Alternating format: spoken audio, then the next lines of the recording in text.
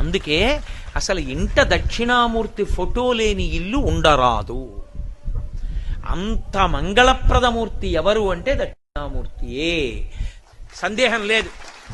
అంత గొప్ప స్తోత్రం ఈ ప్రపంచంలో వాంగ్మయం మొత్తం మీద ఉన్న ఒకే ఒక్క స్తోత్రం దక్షిణామూర్తి స్తోత్రం. ఇంకొకటి లేదు లేదు లేదు, తత్తుల్యము కాదు. అదొక్కటే అంత శక్తివంతం. అందుకే శంకరాచార్యుల వారి వాంగ్మయం అంతా ఒకెత్తు, సామాన్యుల కోసం ఇచ్చిన దక్షిణామూర్తి స్తోత్రం ఒక్కటి ఒకెత్తు. అంతేకాదు, దక్షిణామూర్తి స్తోత్ర వైభవం ఏమిటో తెలుసా? ఏల్నాటి శనిలో ఉన్నవాడు, శని వక్రించిన వాడు కూడా బెంగపెట్టుకోక్కర్లా. ఏల్నాటి శని జాతకంలోకి వచ్చిందనుకోండి, ఎందుకు భయపడతారు? ఆయన కష్టపెడతాడు. శనైహి శనైహి చరహ, మెల్లమెల్లగా వెడుతూ కష్టపెడతాడు. కానీ ఆ కష్టపెట్టడం వల్ల ఏమవుతుందో తెలుసా అండి? గొప్ప పరిణతి వస్తుంది, గొప్ప అనుభవం వస్తుంది. తరువాతి కాలంలో ఆయన కీర్తికి కారణమవుతుంది. అందుకే ఏలినాటి శనిని ఎప్పుడూ దూషించకూడదు. మీరు ఆయన్ని నమస్కారం చేసి ప్రార్థన చేస్తే ఆయన దాన్ని ఇంకొకలా మారుస్తాడు. ప్రతిరోజు తిరగవలసిన దాన్ని గుడి చుట్టూ తిరగడంగా మారుస్తాడు భక్తి ఇచ్చి. శని వక్రించడం అంటే శని ఆ రాశిలోంచి ఇంకో రాశిలోకి వెళ్ళి వెనక్కి వస్తుంటాడు. తులారాశిలోంచి కన్యారాశిలోకి వెళ్ళి కన్యారాశిలోంచి తులారాశిలోకి వస్తాడు. అలా వక్రిస్తే ఆరోగ్యం దెబ్బతింటుంది, చాలా ఇబ్బంది పడతాడు ఆరోగ్యం విషయంలో.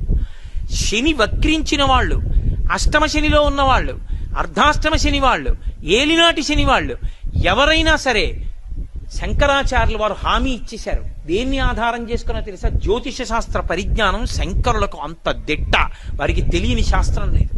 వారు అపర శంకరులు. కాలడి శంకరుడు, కామకోటి శంకరుడు, కాలడి శంకరుడు, శృంగేరి శంకరుడు. కాబట్టి మహానుభావుడు ఆయన జ్యోతిష శాస్త్రం అంతా తెలుసు. కాబట్టి ఈ జాతికంతటికి ఆయన ఒక వరం ఇచ్చారు. మీకు ఏ గ్రహం, ఏ పాపగ్రహం జాతకంలో బాధ పెడుతుండనివ్వండి, గురుగ్రహం యొక్క అనుగ్రహం మీకు ఉన్నంత కాలం మీ జాతకంలో ఇతర గ్రహములు ఏమీ చెయ్యలేవో. అందుకే జ్యోతిష శాస్త్ర పరిజ్ఞానం వేరు, జ్యోతిష శాస్త్ర పరిజ్ఞానం పౌరాణిక జ్ఞానంతో. అందుకే వేదానికి ఉపాంగం, వేదానికి ఉపాంగంగా జ్యోతిషం తెలుసుకోవడం వేరు.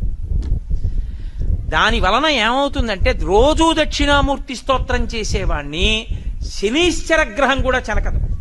కారణం ఏమిటంటే బలహీనంగా ఉన్న గురుగ్రహాన్ని అది బలవంతం చేస్తుంది జాతకంలో.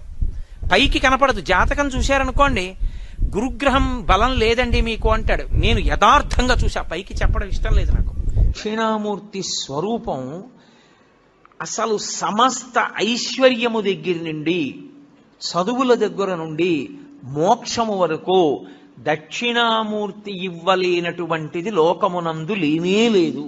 చిన్నపిల్లలు దక్షిణామూర్తిని ఎంత ధ్యానం చేస్తారో అంత జ్ఞాపక శక్తి, అంత గొప్పగా స్ఫురణ శక్తి పెరుగుతాయి. ఐశ్వర్యం కావాలనుకున్నవాడు దక్షిణామూర్తిని రోజు ధ్యానం చేస్తే అంత ఐశ్వర్యం. ఆరోగ్యం కావాలనుకున్న వాడికి ఆరోగ్యం, జ్ఞానం కలగాలనుకున్న వాడికి జ్ఞానం,